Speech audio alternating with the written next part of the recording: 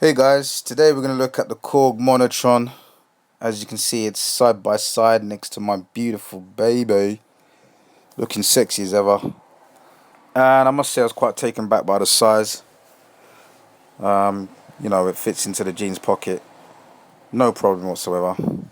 And the measurements are, I believe, 4.7 by 2.8 by 1.1 inch. And yeah, it's about the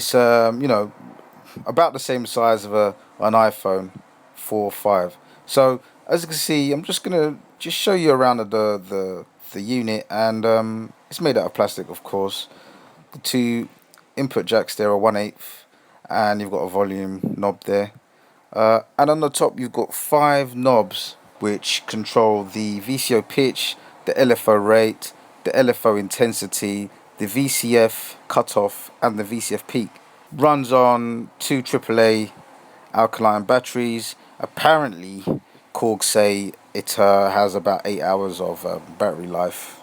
I'm yet to experience that. I've only had this unit for a short period of time, and I haven't been on it to any great deal, so I can't really report how long the batteries last, if they do last 8 hours. However, I've had no issues with the batteries so far.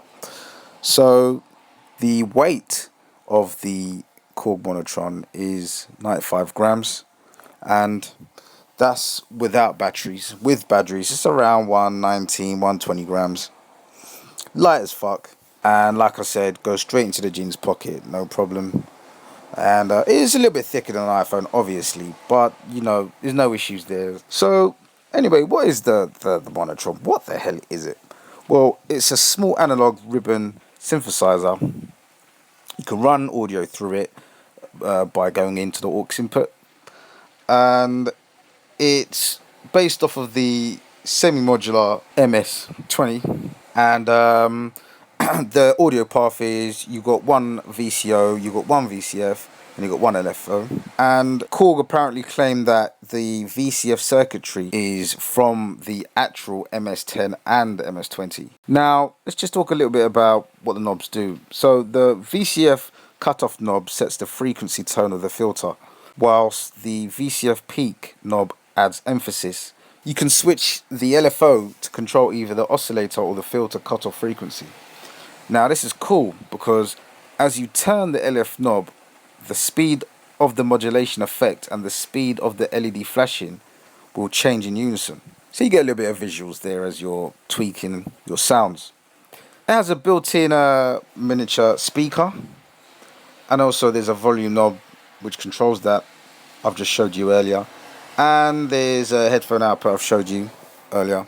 And there's also an aux in jack. Both jacks are 1/8 stereo.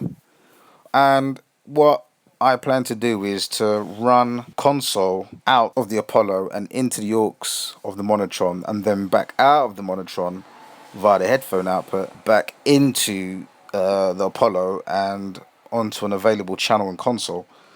I'm gonna just play around and see what I come up with. The first thing that springs to mind is just adding a bit of compression and some EQ to taste. But I'm pretty sure you can go a lot further than that. You can have things like reverb and delay and all the rest of it.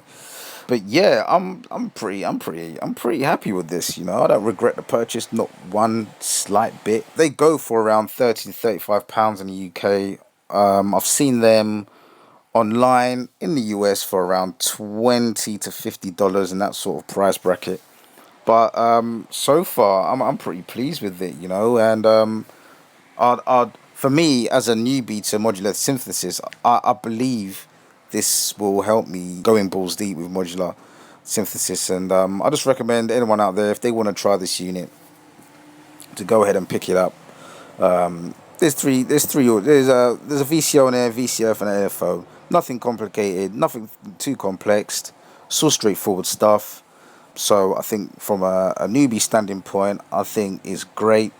It's cheap as chips. It's not going to break the bank. So go out and get it.